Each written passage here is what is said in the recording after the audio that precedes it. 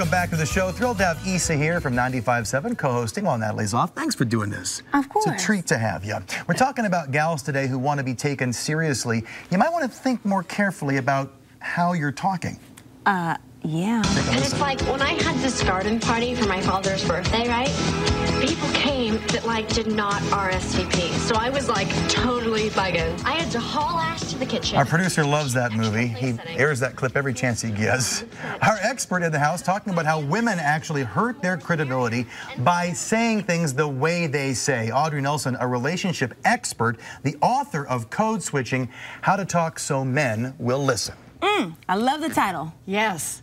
And if you want men to listen, you don't talk like that. If you want to be able to pay the mortgage, you don't act like she does. Got it.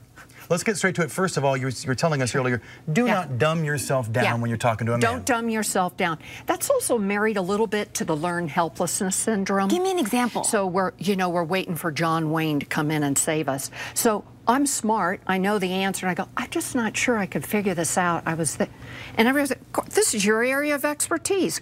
And it starts at about 12 or 13. Remember the messages your mother gave you? Don't be smarter than the boys. Let the boys win.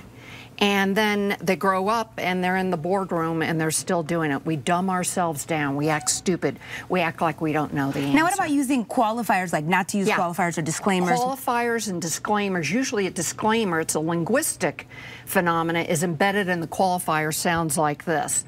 You've heard women can't just say something. They need to say something before they say it. So it sounds like this. I don't know if this is going to make sense, but I was thinking we could.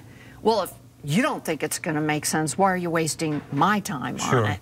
Or, this may sound stupid, but I was thinking, no, just say the idea. I could tell that you're trying to say as well that the voice has a lot to do with it as well. This is both linguistic, the way we talk, verbal patterns, coupled with non-verbal. What's a bad voice? So a bad voice is the third one. Have you ever met women who talk like little girls? They talk in a little high-pitched voice, and then, my inflection goes up and down. Now, I'm not saying every woman needs to talk like Lauren Bacall, or like a man, bring their pitch down. Very well. But if you're doing dramatic reading and you're reading your 4-year-old book, great. When you're there at the Monday morning staff meeting, speak with a tone of voice that is solid, little deeper pitch. Not the office cheerleader. Right. Have confidence pretty much in the way you speak. Have confidence in that vocal phenomena. Don't sell yourself short. Don't put yourself down. No. You say it like you mean it. Yes. And the nonverbal communication is and not just good. what Chris said, saying it like you mean it. So it works like this in communication. You got two levels. You have the talk, the verbal, then you have the second level, the nonverbal. And incidentally, if the nonverbal contradicts the verbal, you're in trouble. So if I say this, I'm really upset about this. They're not Whoa, that's what I was going to say, like double message. What? Are you upset or not? Got it. There needs to be congruency and consistency for credibility. Good advice. Strong, powerful women. Don't be afraid of your power. That's right. Good to see you again. Thank you. Excellent stuff. Nice. Issa, you have no problem with any of that stuff. You're the most confident woman I know. In 2 languages. Holla! Yes.